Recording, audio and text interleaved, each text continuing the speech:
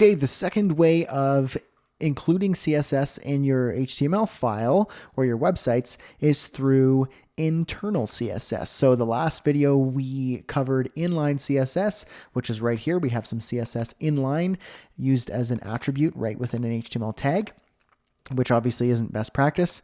And then the second way is through internal CSS. So create a new file and call it internal.html.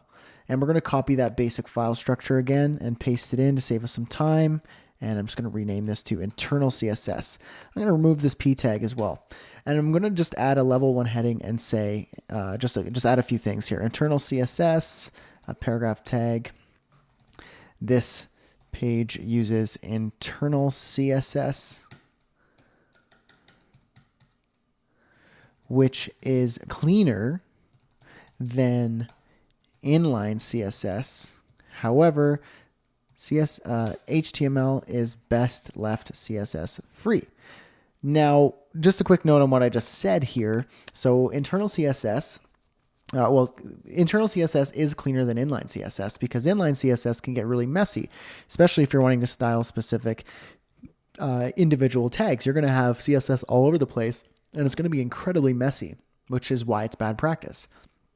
The internal CSS, however, is kind of separated from the HTML and gives you greater control because you're not just specifically styling individual elements.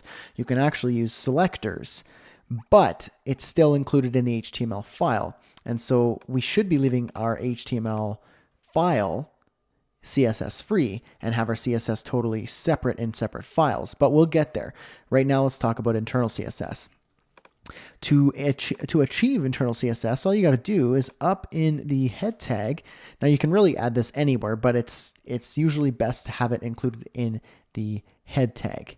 Is a style tag. There is a style tag, and you give it the type of text/CSS. And now all you really got to do is just add your CSS in here. So I'm going to select the level 1 heading. And I'm going to say color orange. You can see I changed the level 1 heading to the color orange. You might be wondering, why does this layout of my CSS here look a little bit different than when you were learning in the previous slides?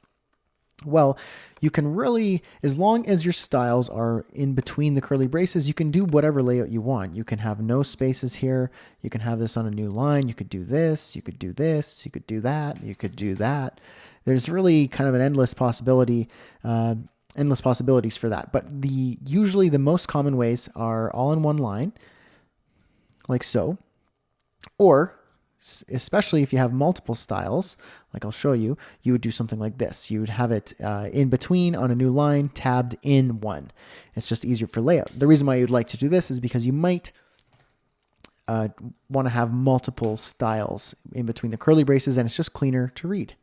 Let's say, let's make it bigger. There we go. So you could see there. Now let's go ahead and add another style here, body. Now, it's good to know that whenever you open a curly brace, always close the curly brace, just like when you do HTML. When you open a tag, close the tag right away, because otherwise, if you don't, you're going to get a lot of issues, and you're going to get some bugs. And that is, in fact, the most common bug that I think comes up, at least with my students. I get a lot of questions and concerns from my students saying, "Hey, why doesn't this work?" 5 minutes later, they respond, say, "Hey, sorry, I figured it out. I forgot to close my curly brace," or "I forgot to close my tag." So remember to do that. Body, I'm just going to say background black. And now we can't see our paragraph tag, so why don't we go ahead and style that paragraph tag to be, I don't know, let's say color white. Whoops. I'm used to spelling it the proper way, the Canadian way. But unfortunately, CSS is based off of how Americans spell color. I apologize if you're American. This is just a funny way of spelling color. But I have to use both because I type it normally using a U, but when I'm coding, I have to use the American spelling. So keep that in mind. There we go. So you can see we have some internal CSS. This is called internal CSS. So the reason why it is cleaner is because it is separated from the tags a little bit. It has its own section here within the style tag, and you have greater impact. You can select all H1 tags rather than just styling specifically this one H1 tag, or all paragraph tags. This styles every single paragraph tag, rather than if I were just to do the styles in here using inline CSS. But again, internal CSS still isn't best practice.